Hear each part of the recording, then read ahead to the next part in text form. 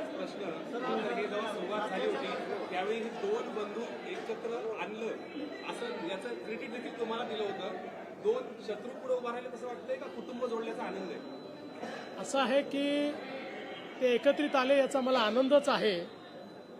ते एकत्रित येण्यामुळे फार काही घडेल राजकीयदृष्ट्या असं जर कोणाचा समज असेल तर तो बाळबोध समज आहे. आणि मी म्हणजे आता असं सहज माझ्यासमोर टीव्ही चालू होता म्हणून मी आपलं बघत होतो तर काही माध्यमं तर असं दाखवत होते की जणू काही रशिया आणि युक्रेनचीच युती होते आहे. इकडनं झेलेन्स्की निघाले, तिकडनं पुतीन निघाले आणि आता ही युती झाली. मला असं वाटतं की कुठल्याही एखाद्या पक्षाला निवडणुकीतलं आपलं अस्तित्व टिकवण्याकरता जे काही करावं लागतं त्या दृष्टीने दोन पक्ष जे अस्तित्वाकरता लढत आहेत त्यांनी केलेली युती आहे. त्यापेक्षा पलीकडे त्याच्यामधनं काही फार अन्वयार्थ काढण्याचं कारण नाही आहे. यांनी फार काही परिणाम होईल असं देखील मला वाटत नाही. याचं कारण ज्या प्रकारे मुंबईकरांचा विश्वासघात या मंडळींनी सातत्याने केलाय, ज्या प्रकारे मराठी माणसाला मुंबईच्या बाहेर घालवण्याचं काम आणि पाप यांनी केलेलं आहे ते मराठी माणूस यांच्या सोबत नाहीत. आणि ज्या प्रकारे अमराठी माणसावर सातत्याने हल्ले केले आहेत तेही यांच्या सोबत नाही. मुंबईमध्ये कोणी यांच्या सोबत येणार नाही. यांचा ट्रॅक रेकॉर्ड हा केवळ भ्रष्टाचाराचा आहे. यांचा ट्रॅक रेकॉर्ड हा केवळ स्वहिताचा आहे. निवडणुका आल्या की भावनिक बोलायचं. आता भावनिक बोलण्याला जनता भुलणारी नाही. त्यामुळे निश्चितपणे या निवडणुकीमध्ये त्यांनी अजूनही 2-4 लोक सोबत घेतले तरीही मुंबईकर हे महायुतीचं काम बघून, महायुतीने केलेला विकास बघून, महायुतीने भविष्यातली जी मुंबई तयार करणं सुरू केलं आहे ते बघून आणि विशेषतः मराठी माणसाला मुंबईतच घरं देण्याचा जो कार्यक्रम महायुतीने सुरू केलेला आहे त्यामुळे निश्चितपणे महायुतीच्या पाठीशीच मुंबईकर उभे राहतात. आकडे सांगणार नाहीत मात्र मुलं पळवणारी टोळी तयार झालेली त्याच्यामुळे आकडे आता सांगणार नाहीत असं देखील तुम्हाला असं आहे की आकड्यांशी माझा काही संबंध नाही.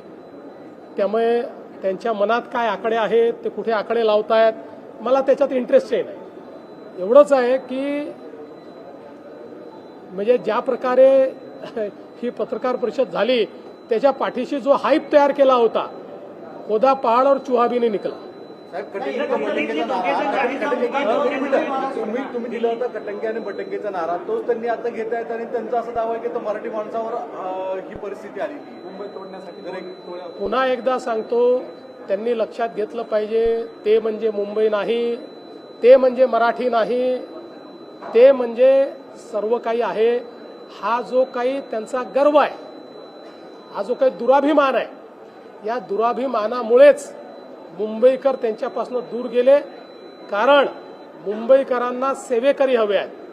मुंबईकरांना त्या ठिकाणी राज्य गाजवणारे आणि स्वतःचा फायदा पाहणारे नको आहे. प्रयत्न जो आहे तो दिल्लीतले दोघे जण करतायत. अमित शहा आणि मोदींवरती सुद्धा उद्धव ठाकरेंनी पुन्हा एकदा टीका केली आहे. मला असं वाटतं काही तर स्क्रिप्ट बदलली पाहिजे. किती वर्षे एकच स्क्रिप्ट घेऊन हे लोक फिरणार आहे. काही तर नवीन आणा. आणि जसं मी सांगितलं, मी तर मागच्या वेळेसच घोषणा केली होती, उद्धवजींनी विकासावर बोललं तर 1000 रुपये मी देईन, पण अजून माझे 1000 रुपये वाचले. अजून विकासाचं एकही गोष्ट ते बोलत नाहीत. आता ही निवडणूक विकासाची, मुंबईकराच्या हिताची निवडणूक आहे. त्याच्यावर ते एक शब्द बोलू शकत नाही.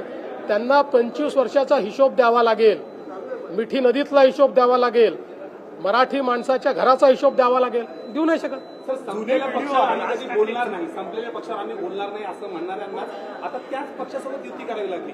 20 वर्ष एकमेकांकडे गेले नाहीत, भावनिक आवाज म्हणतायत, मराठी म्हणतायत. एकंदरीत सगळं कसं बघतायत? मुळात तुम्हाला क्रेडिट पण तेच देतात की तुम्हीच एकत्र आहात. बघा, आमच्या नवनाथ बदनी परवाच याचं अतिशय सुंदर विश्लेषण केलेलं आहे. हा भीती संगम आहे, हा प्रीती संगम नाही. दुसरीकडे जुने व्हिडिओ आहेत त्या जुन्या व्हिडिओच्या जुने जे व्हिडिओ आहेत त्या जुन्या व्हिडिओच्या संदर्भात तुमचं सुद्धा म्हणतात की तुमचा एक व्हिडिओ आहे की आधी हल्ला व्हिडिओ तुमचा आहे असं त्यांनी असं आहे, व्हिडिओ तर काही तयार करता येतात, पण एक गोष्ट स्पष्टपणे सांगतो, अख्ख्या दुनियेला माहिती आहे देवेंद्र फडणवीस पैदाच हिंदुत्ववादी झाला, हिंदुत्वात पैदा झाला, हिंदुत्वातच मरेल. फक्त मतांकरता भगवी शाल घालणारे आम्ही नाही, फक्त मतांच्या करता रोज मत बदलणारे आम्ही लोक नाही. आम्ही हिंदुत्ववादी कालही होतो, आजही आहोत आणि उद्याही राहू. आमचं हिंदुत्व जनतेने पाहिलेलं आहे आणि त्यांना ते मान्य आहे. परप्रांतीयांना देखील आता मुंबईकर म्हणा असं देखील आता सुरू झालेलं पाहायला मिळतं. गेल्या काही वर्षांच्या प्रेसमधून जवळपास दिसून येतं की परप्रांतीयांना प्रत्यक्षरित्या मला आनंद आहे, किमान निवडणुकीत मत मिळवण्याकरता तरी आता त्यांनी आपलं मत बदललेलं आहे. नेहमीप्रमाणे पलटी मारलेली आहे, पण ही जी मारलेली पलटी आहे ती सुखावं आहे, त्यामुळे त्याच्यात त्यांनी तसंच राहावं. उद्या पुन्हा त्याच्यात बदलू नये. पण शेवटी जुनी पापं तर आहेत ना, ती लोकांनी बघितलेली आहेत. जुनी पापं धुता येणार नाहीत. खास करून नितेश राणे किंवा असे मंत्री हिंदुत्ववादीकडे सगळी भूमिका घेऊन कुठेतरी ह्या सगळ्यांना पोलराईज करतायत आणि यामुळेच भाजपला फायदा होईल असं देखील एकत्रित म्हणून त्यांनी सांगितलं. असं आहे, मुंबई आणि महाराष्ट्र हा हिंदुत्ववादीच आहे.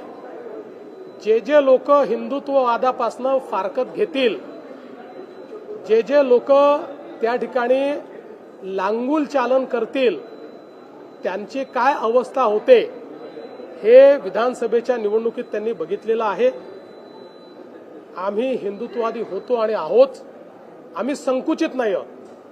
आमचा हिंदुत्ववाद हा केवळ पूजा पद्धतीवर आधारित हिंदुत्ववाद नाही आहे, तो भारतीय जीवन पद्धतीवर आधारित आमचा हिंदुत्ववाद आहे.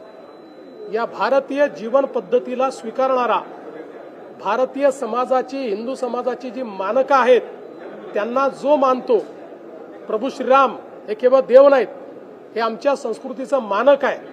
त्यामुळे जर प्रभू श्रीरामांना कोणी मानत असेल तर त्याची जात धर्म आम्ही पाळणार नाही, त्याला आम्ही सोबत घेतलेला आहे. आमचं हिंदुत्व व्यापक आहे, पण आम्ही हिंदुत्व सोडणार नाही, सोडलं नाही. त्यामुळे पलटी मारणाऱ्यांनी आम्हाला सांगू नये.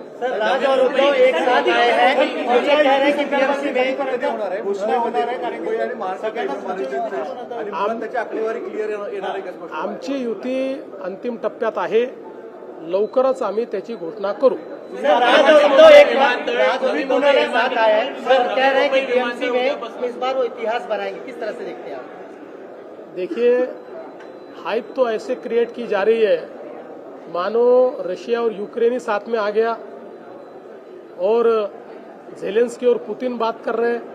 इस प्रकार की हाइप, दो पार्टियां जो अपना अस्तित्व खोज रही है, जिन्होंने अपना अस्तित्व गंवा दिया है, जिन्होंने बार बार भूमिकाएं बदलकर लोगों के बीच अपने बारे में अविश्वास पैदा किया है, जिन्होंने तुष्टीकरण की नीति को अपनाकर एक प्रकार से अपना वोट बैंक खो दिया है, ऐसी दो पार्टियां साथ में आई है, तो उनके साथ में आने से कौन सा फर्क पड़ने वाला है? ये तो दोनों अपना अस्तित्व बचाने के लिए साथ में आए हैं. अस्तित्व बचाने के लिए साथ में आकर कोई चुनाव नहीं जीता जाता. जो मुंबई के लोग हैं उन्होंने हमारा विकास का काम देखा है, मुंबई के लोगों ने, हमने किया हुआ परिवर्तन देखा है, इसलिए मुंबई हमारे साथ है, मुंबई हमारे साथ रहेगी. हमारी महायुति मुंबई जीतेगी. उद्धव जी का बयान है कि अमित शाह और मोदी ये सारी पार्टियां तोड़ने का काम करते हैं, लोगों को चुराने का काम करते हैं. देखिए, उद्धव ठाकरे जी एक बहुत ही निराश और फ्रस्ट्रेटेड इस प्रकार के व्यक्ति है. इसलिए मुझे ऐसा लगता है कि वो जब बार बार वही चीजें कहते हैं तो आप भी उसको तवज्जो मत दो और मेरा भी टाइम बर्बाद मत करो. आपके भी साथ हैं, उनकी हिंदुत्ववादी विचारधारा थी, लेकिन अब विचारधारा पूरी तरह से परिवर्तित है. जमीन लेना हिंदू के लोग वहाँ समर्थन कर रहे हैं, बाकी सारी चीजें हो रही है. क्या राज ठाकरे, उद्धव ठाकरे पूरी तरह से विचार बदल चुके हैं? देखिए, मुझे तो अब ये लगता है कि हिंदू हृदय सम्राट शिवसेना प्रमुख बाळासाहब ठाकरे के बाद अब उद्धव जी के पास या राज जी के पास कोई विचार ही बचा नहीं, इनके पास कोई विचार नहीं। ये अवसरवादिता की राजनीति करते हैं, विचारों की राजनीति इन्होंने समाप्त कर दी, इन्होंने दफना दी, विचारों की राजनीति को दफना कर अवसरवादिता की राजनीति करते हैं, इसलिए तुष्टीकरण कर रहे हैं। नवी मुंबई विमानतळात उद्यापासून हे सेवेत येणार आहे, दिवाणचं नाव हे याची नावाची चर्चा होती, काय नेमकं सध्या स्टेटस आहे? साहेब, पहिल्यांदा तर या गोष्टीचा मला अतिशय आनंद आहे की नवी मुंबई विमानतळ उद्यापासून सेवेत येत आहे। त्याला लोकनेते दिबा पाटील साहेब यांचं नाव देण्याचा प्रस्ताव महाराष्ट्र सरकारने केंद्र सरकारकडे पाठवलेला आहे। तो प्रस्ताव केंद्र सरकारकडे ॲक्टिव्हली विचाराधीन आहे, त्याच्यावरची कारवाई चाललेली आहे। त्या संदर्भात आम्ही केंद्रातल्या सर्व नेत्यांनाही भेटलो आहेत। त्या संदर्भातचं सूतोवाच हे आम्ही माननीय प्रधानमंत्री महोदयांकडे देखील केलेलं आहे। मला विश्वास आहे की त्याला मान्यता मिळेल आणि लवकरच या विमानतळाचं नाव हे दिबा पाटील विमानतळ होईल। कॅबिनेटने नगराध्यक्षांना अधिकार दिलेला आहे मतांचा, तो नेमका का आहे त्याचा उद्देश? नाही, असं नाही। मुळामध्ये एक कायद्यामध्ये त्रुटी अशी राहिली होती, एखादा व्यक्ती हा नगराध्यक्ष म्हणून निवडून आला आणि नगरसेवक म्हणूनही निवडून आला तर त्याला एक पद सोडावं लागत होतं। त्यामुळे आज असा निर्णय करण्यात आला आहे की तो नगराध्यक्ष आणि नगरसेवक दोन्ही राहू शकतो, पण त्याला मात्र एकाच मताचा अधिकार असेल। तो दोन व्यक्ती म्हणून राहणार नाहीत, नगरसेवक म्हणूनच तो मतदान करू शकेल।